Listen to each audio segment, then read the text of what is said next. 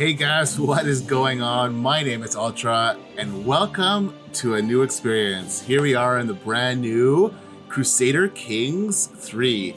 I have played Crusader Kings 2 for so many years, I can't even remember. I absolutely love the game. I put in like literally hundreds of hours into CK2.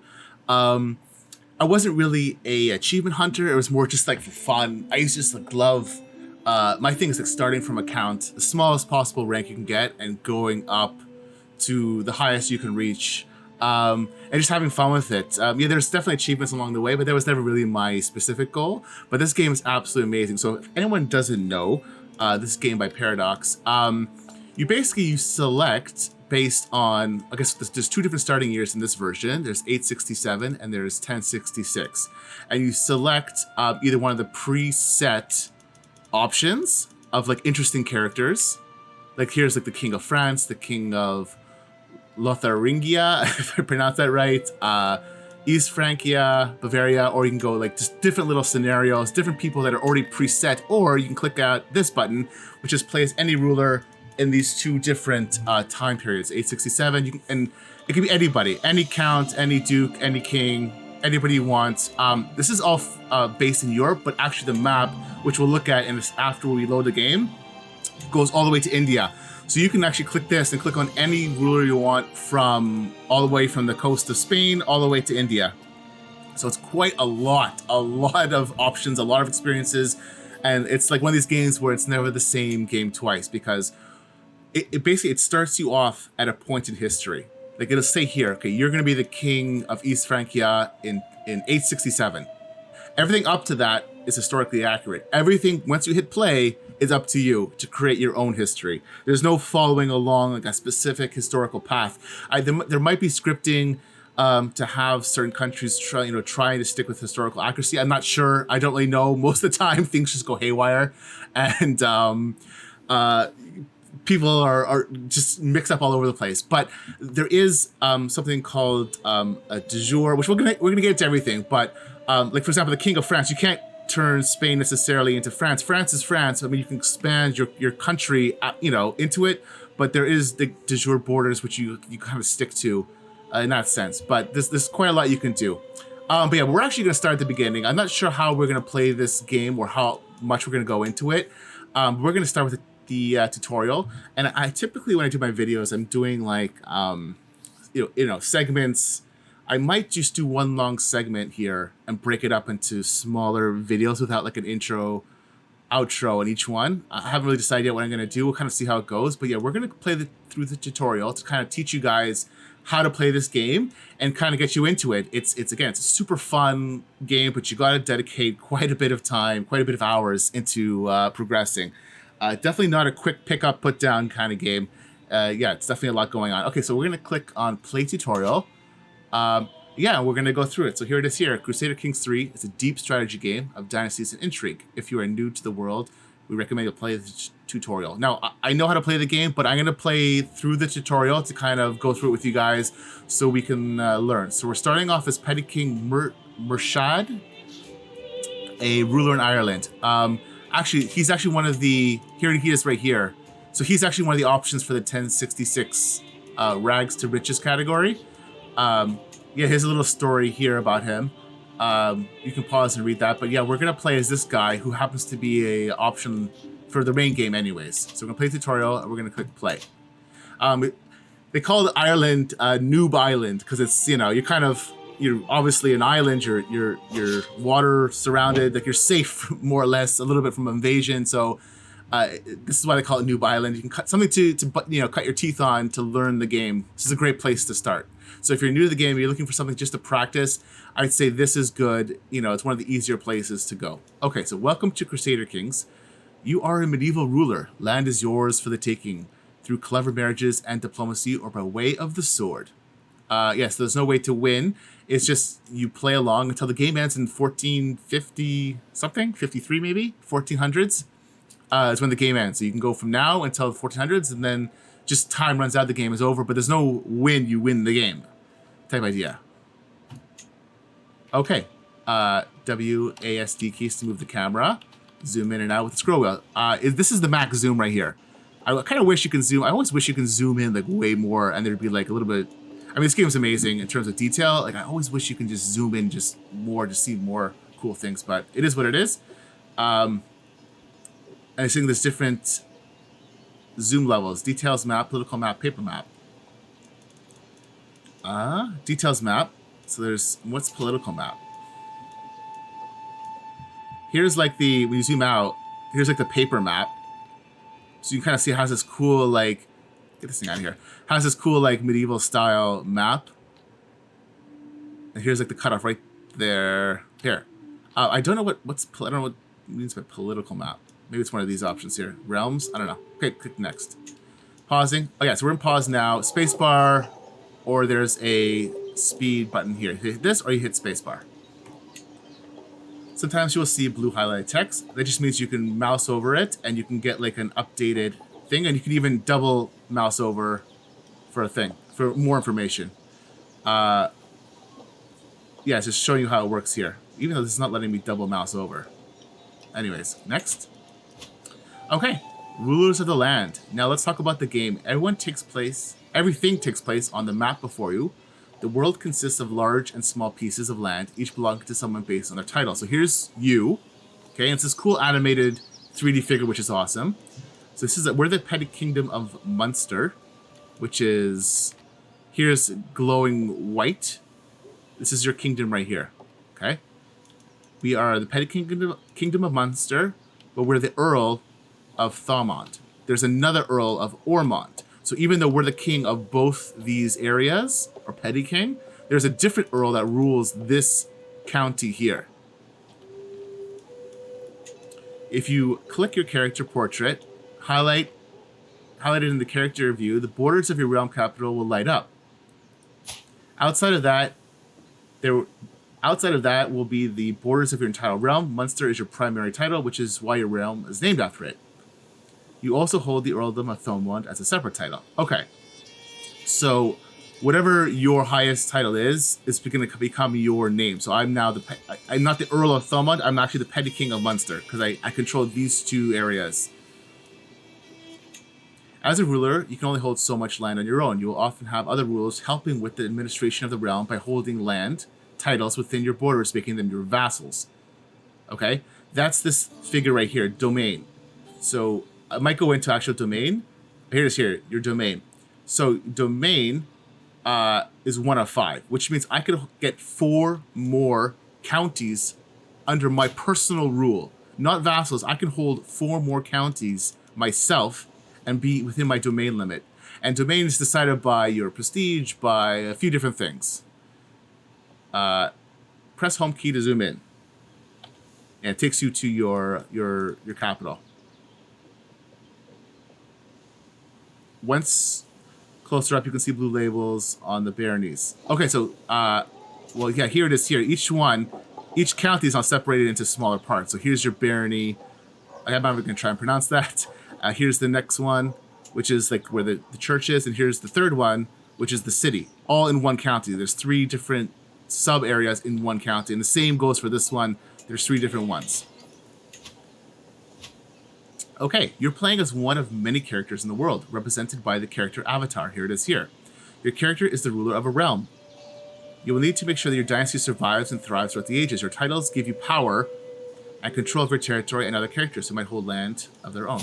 Okay, characters have skills within a certain field. Some are great talkers, while others prefer to make their intent clear on the battlefield. Okay, so yeah, here it is here.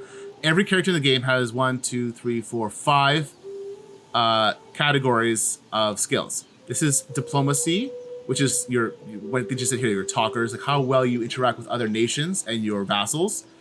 Martial, which is your going to war strength and ability. Stewardship is running your kingdom, collecting taxes, that kind of thing. Intrigue is if you want to be a spy and create schemes and do things against other people. And then there's your learning, which is your intellect, which affects, as far as I understand, your research rate as well as your churches, like your I guess we're Catholic, so I guess your where is it here? Here it is, your bishop. So the higher your intellect, the higher his, the better he'll be at his job doing his things. Okay, characters also have traits which can affect skills as well as how they react to things. These are illustrated in the icons here. Some traits tell you about the character's personality, like fickle, calm, or generous. Other traits are specific to how a character has lived their life, such as your education or commander. So I am temperate, wrathful, and impatient. Here it is here. So each character will have a different random selection. No, I say random, but these can be passed on or trained. Like if you train like a younger child as their guardian, you can pass on your character traits onto them. So from this, you can see your character typically lives a modest life. Okay, impatient, temperate. Well, temperate. Yeah, so I guess this is what it's saying by modest life. But expects others to do so and is also quick to anger when they don't. Oof.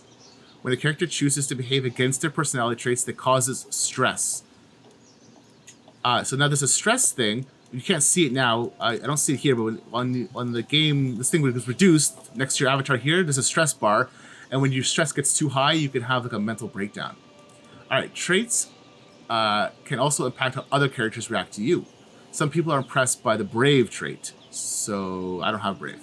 While lustful is more likely to feature salacious gossip.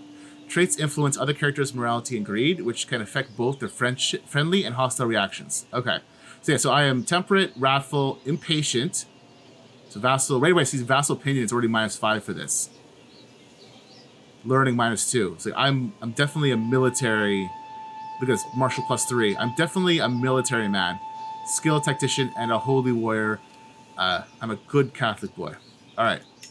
All characters have an opinion of one another, which drives their behavior. Low opinion causes people to rise against you or to be unwilling to help you. High opinion can, on the other hand, make characters more inclined to join your schemes or whatever. So this is my heir. I guess is my son, and he is 74 out of 100. So he doesn't like me because personal diplomacy. You can go and explore what that is after. Okay, gold. Okay, by the way, just to pause. Here's the stress level here. This gets red, and when you get a mental breakdown, there'll be a 1, like tier 1 mental breakdown, tier 2, and the worse it gets, the crazier you get. All right, so top you free with your goals, you need gold. Among other things, gold pays for buildings, armies, and bribes. Gold is collected passively from both your holding and your vassals and tax. Larger vassals and more important holdings tend to give more tax. However, money is not all. Here's your gold right here. So I'm earning 2.6 gold a month. I'm earning it from my domain, which my personal holdings, and I'm earning, as you can see the difference, 1.9 for myself, and this guy's paying me 0.6. All right. There's other things like prestige or piety. Here's your prestige. Is it going to go into prestige? Yes, it is. Okay, so your prestige tells us how respected you are. It can be earned over time by holding lots of titles, or actively by marrying to prestigious dynasties, or by fighting as an ally in wars. So the higher your prestige goes, your level of fame will increase. And there's actually benefits to this. Here's distinguished. Once you get, like, for example, the next tier up, distinguished, you will get secular opinion +5, which means your vassals, not your bishops, like, you know, I mean, not your religious figures, but like your secular figures will like you 5 better. And you'll get 1 more knight, and we'll go into what knights mean. But there's benefits as your fame goes up. Yeah, so they think better of you and bring powerful ways to wage war. Some actions cost prestige, like declaring war. These allow you to leverage your celebrity for your own benefits, and characters won't think less of you for using them. Spending prestige does not affect your level of fame, just your current level of prestige. So once you tick into the distinguished and you spend prestige, it's not going to drop you down, it's saying into established. It'll keep you as distinguished, but it'll drop your prestige down lower. All right, and there's your last one here is piety. With a lot of piety, you will have easier time interacting with your head of faith, which is the Pope, in almost every country. Some of the other countries that you're going to interact with, like, oh, hey, actually, you can see the map here. If you're going to play as a Muslim country, or you can play as I'm not even sure the religion here. I don't know is it Hinduism? I'm not sure what it is. I'm sorry. In India, whatever the leader is, it'll be someone different. Same here in Africa. But anything here, which is what most people start off playing. I mean, you don't have to. You can play anything you want. But most here will be the Pope. Here, the Byzantines have the Byzantine. I don't know if they don't use they don't use the Roman Pope. They have their own head of church, like the Greek Orthodox. And these countries here, I think, are all Greek Orthodox here in this area. Yeah. Okay, so So piety can be gained passively from learning skill. So yeah, so this is what the learning was for. So the higher this number here, the more passive piety you're going to get. And from virtuous traits or actively choosing to do religious things. Like there's options you can do, go on a pilgrimage, like for example. Or I might get faith hostile advantage. This holy warrior does not give you any piety, but would be cool if it did. All right. You also have a level of devotion, which builds over time. Whenever you gain piety, you can have positive effects for your character. So same as prestige, your piety gets you devotion. So what does this get you? It gets you... Oh, it's going away, so let me click on it this time. That's obnoxious. Okay. Okay, I can't do it, sorry. So it'll work the same. Similar to prestige, some actions require you to spend piety, like declaring holy wars. Spending piety like this is normal, and characters won't think worse of you for it. I understand. Okay. Is it going to let me do it now? No. I want to see what the benefits are for faithful, but it won't let me drop down. Okay, I don't know. All right, lifestyles. As well as traits, your characters can also pick a lifestyle. There are 5 lifestyles, 1 for each skill. So the skills being these ones right here: diplomacy, martial, stewardship. Lifestyles represent what you put the most effort into day to day, and each one will have several focuses inside relating to it. Every focus gives you a unique bonus and makes events associated with that focus more likely to happen. Click the lifestyle button highlighted. Here it is here. Choose a focus. Okay, so yeah, here's the 5 focuses here. It's saying, as an example, the strategy, authority, as well as the chivalry focus all give martial experience, which can be used to buy any of the martial lifestyle perks. Perk trees. Okay, did this is anyone? Click the lifestyle to see its focuses. Okay, so which one do we want to click on? This is saying because you're martial education, you gain 30% more experience in this lifestyle, in the martial. And if we want to go to war, I mean, there's different ways. You can always expand your kingdom by any of these methods. It does not have to be always war. It just tends to be mostly war, for me anyways. So I will click on martial. And then here's the sub-focuses here. There's 3 different ones to pick from. As time goes on, your character will earn lifestyle experience from attaining a particular lifestyle. And then you're going to pick these perks here. Once you get enough points built up, you click the next perk, and there's like a final large sub perk at the bottom. Once you fill this tree up, there's like a big bonus at the end. Okay, so which one? Now you can pick on one of these ones here. Strategy. So luck can win a duel. A fool can win a battle. It takes more to win a war. This gives me martial +3. I am 17, so it'll pop it up to 20. Authority focus. To rule is to make all the aspects of a realm move in unison and work together. This gives me only 1, so do 18, but I get dread, and dread's a whole nother category. And you can read here, dread makes it viable to play as a tyrant, because dread just makes basically your vassals and other people scared of you. Like you're dreadful, a dreadful leader, like a you know what I mean? Like an evil, not like a dictator, but like they'd be too scared to do something against you. And this last one is chivalry. Victory comes not through blood or gold, but honor. So this gives me a prowess, which is my personal combat skill, how well I am personally at fighting. High prowess also means they're more likely to survive and perform both well as knights in battles and duels. So the higher the prowess, the better they are as knights, as personal combat. Attraction, which makes me more sexy. And advantage, this is going into now the battles. Battles often start with one side having a higher advantage based on terrain, etc., etc. Either side may gain rolls. So this gives my advantage, my rolls, like your dice rolls in the battles, an advantage. So what do we want to do?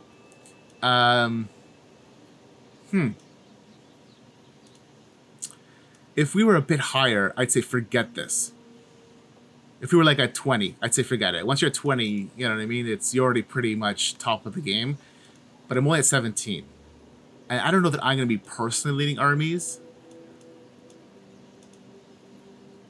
I'm trying to figure out which one do I want to do.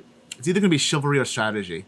It's not going to be authority. I mean, if I had a large kingdom, a huge area of land I'm trying to conquer, then I'd definitely go for this one because the dread makes it easier to subdue other counties you've conquered. I mean, we're going to be doing that, but we're all the same. It's all Ireland. We're all the same type of people. It's not like I'm conquering other civilizations that have different backgrounds than Irish. So I don't know if I need the authority. I'm thinking I'm gonna go towards. I like the rolls, the advantage +5. It just makes tight battles roll in your favor. But honor. It's, yeah, definitely one of these two. Oh, you know what? I'm going to try strategy and pump this. I wish this was a bit higher, so I'm going to go strategy and click on this one. Done. Okay. Sorry, that took a bit of time to go through, but it's a lot of information. Like, it's probably quite a lot for everyone to watch now, but I'm going to hopefully explain this properly. Now, having selected a focus, we can move on to other people. If you're new to the game, interacting with other characters is key, and you have many options how to do so. You can right-click on a character portrait, including your own, to get a list of potential interactions. So right here it says arrange marriage, find spouse, or educate child. So open your character view. Oh, here you can do this with your son.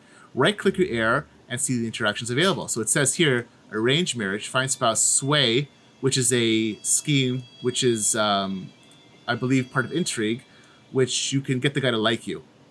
Proving opinion, send gift, educate child, imprison him, disinherit him, denounce him. This is tree means part of your family tree. Give him more titles, appoint him as court physician. Try to use and confirm the send gift. Okay, so where's send gift? Here it is here. Click this. To Brian. Okay. Brian, have a gift. Okay, so I gave him some gold. Well done. You've successfully increased somebody's opinion of you. Where is it here? I just want to move this out of the way. Here's the note. Here, so you paid 50 gold, and he got 10 opinion. Okay. But it decays by 1.20 per year of the year that he received gift. Certain opinion modifiers last forever, like family bonds. Others will wane over time, like the fading memory of giving a gift. Okay. Playing a family. Now let's talk about your dynasty. As time goes on, unless your character meets with an untimely accident or terrible disease, they will grow old and eventually die. As long as you have an heir in the Brian, I don't know, Brian. I'm going to call it Brian. As long as you have heirs of your dynasty, your legacy will live on. When your character dies, you simply start playing a new one, the player heir. So when this guy dies, if he dies in battle, dies for whatever reason, and in this game, anything can happen. They can die for it. It's not like every single person dies of old age. You know, it's very realistic. They die from disease. They can die from anything. It's the medieval times. Anything can happen. I will then automatically switch to this guy, Brian Merchant Brian. Depending on the type of succession your realm has, this is likely to be one of your children, perhaps one that you groomed into the role of a ruler. Your dynasty has its own coat of arms, which is these three lions right here, which is currently highlighted. You can be clicked on for more information. You don't need to do anything with this now, but if you want to look at the details of your dynasty later, it can be found here. So this is my thing here. You click on this. This is my house. And this, I'm part of the Dalcase, is that G pronounced? I don't know, I'm sorry. Dalcase dynasty. You can actually rename it. And this is my symbol, this clovers. And can you click, oh, here's your dynasty tree here. Okay. I just want to show you here. Here I am. Here's my dad. This is my brothers. This is my sons. Okay, we're going to close this now. And click next. All right, succession law. Open the realm view on the right side of the screen. So here's your, okay, here it is here. Close this. Here, this is the realm, military, council, court, intrigue, factions, and decisions. So let's click on the realm. Short hotkey is F2. Succession laws determine how titles and resources are divided between the heirs when your character dies. Click succession. So I have, how many sons do I have? I have one son, okay? As a member of your dynasty, you also have renown shared by everyone in your dynasty. Renown goes up when everyone in your dynasty gets prestige. Is this a different section here? Did I miss something? Your renown. That's different than prestige. Okay. So, yeah, this is saying, okay, let's just, I think we skipped something. But anyways, this is showing here your succession. This is my son. When I die, he's going to take over. This is Confederate partition. Now, if you click on change, there's all the different succession laws here. There's if you have multiple heirs and if you have a single heir, but you have to actually click and change it. But if I'm a big king and I have one heir and I have a technology research, I can click on this to give him this type of thing. So it's now I'm on this. I don't think I'm able to even change it. I don't have any of these options available. Like you can see in red what you need to have to be able to change these. I'm on Confederate partition, and I'm stuck with that, which means under Confederate partition, your titles will be divided equally among your children. New titles may be created for younger heirs. Okay, now what was this saying? Making strides in renown will echo down generations, increases your level of splendor. Here it is here, and here it is here. Insignificant. Children are born with 200 prestige. Marrying into this dynasty gives you 100 prestige. Rulers get a maximum of 15 plus long reign opinion. Now, as your splendor goes up, this thing changes, and next one is noteworthy, but it won't let me click on. Oh, here it is here, noteworthy. So it gives you more prestige, better options, better things, all good stuff. Okay, I understand. Next, marriage. To ensure the future of your dynasty, you need a family. It helps if you're married, but you cannot promise that you'll be married for love. Okay, we don't always, in medieval times, you don't marry for love necessarily. You marry for, a lot of different things. What can we marry for? Okay, click. Here's all these spouses here. This is me, and I'm going to try and find a wife, okay? Let's close this for now. Choosing an arranged marriage also opens a list of potential spouses, but only with people from the court of the character you clicked. Your own character is visible on your left because the marriage needs your approval. Whoever's the liege of the other spouses will appear on the right, as the union will need their approval as well. Okay, so there's different categories you can do. Do I want to marry for love? Do I want to marry for alliance power? Do I want to marry for prestige gain?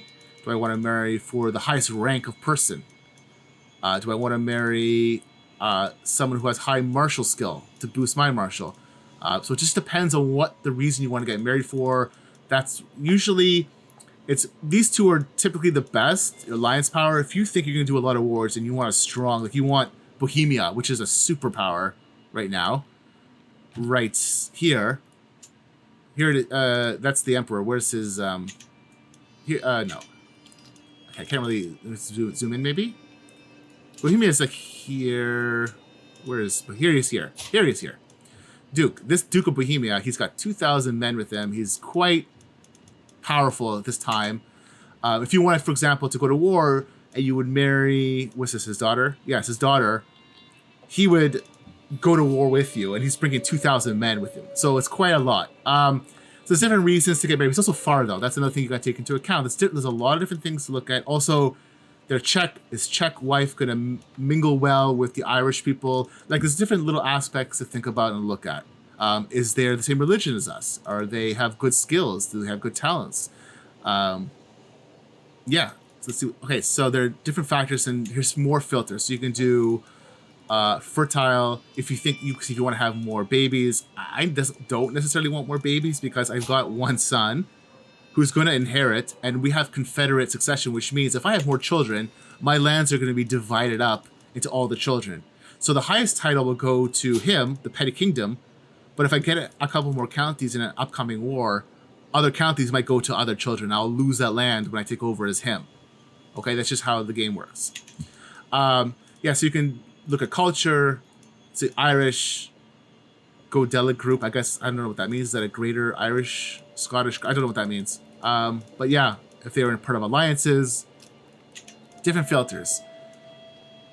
There's other traits here. These traits here, some are congenital. Okay, so what that means is you can go like this, and you can click in. For example, there's some main ones I know already exist in the game. Like, for example, this is a very good one called Strong.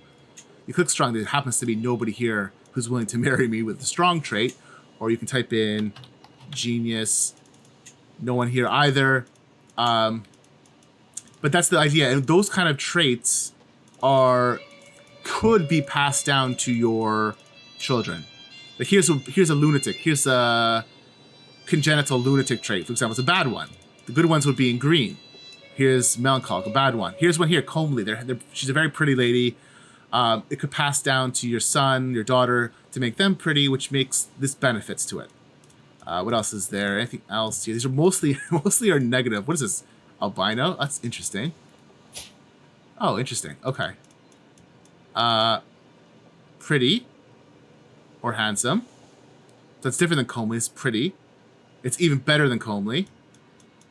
Bleeder, whatever that means.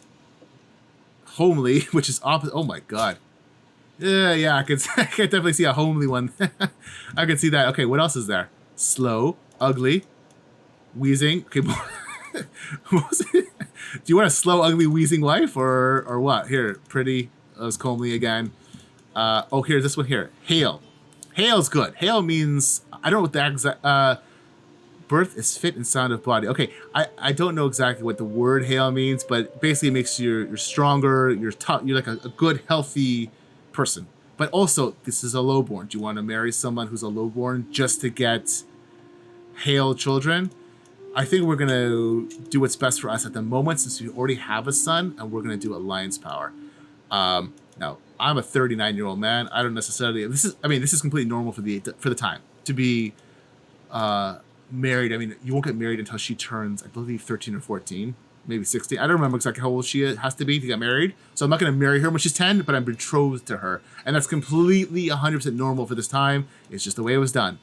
But I will get the alliance now. If I betroth to Judita now, I will get the Bohemian alliance at the moment. Do I want to do that? I mean, I don't know. Principality of Gwynedd. This is Welsh, I think, right? Yes. Do I want to marry someone who's a little bit older? I can get married right away. And who's a little closer, and they'll definitely have troops in the area. Lustful, which just means she's more fertile, but she's also more inclined to cheat on me. Honest and diligent. I mean, this is not bad. She's not bad. She doesn't have any great traits per se, but it's going to give me a good alliance that's close by. I'm going to get some prestige out of it because this is the Prince of Wales, or area of Wales. It's not really Wales yet. And chance of children, medium, which is great because I'm not looking necessarily to have a ton of children. I think this is who I'm going to pick. I think she's going to mesh well with our culture. So, yeah, we're going to send proposal. And he agreed. Excellent. You'll be joined. And that's going to give me some prestige, and it's also going to give me an alliance.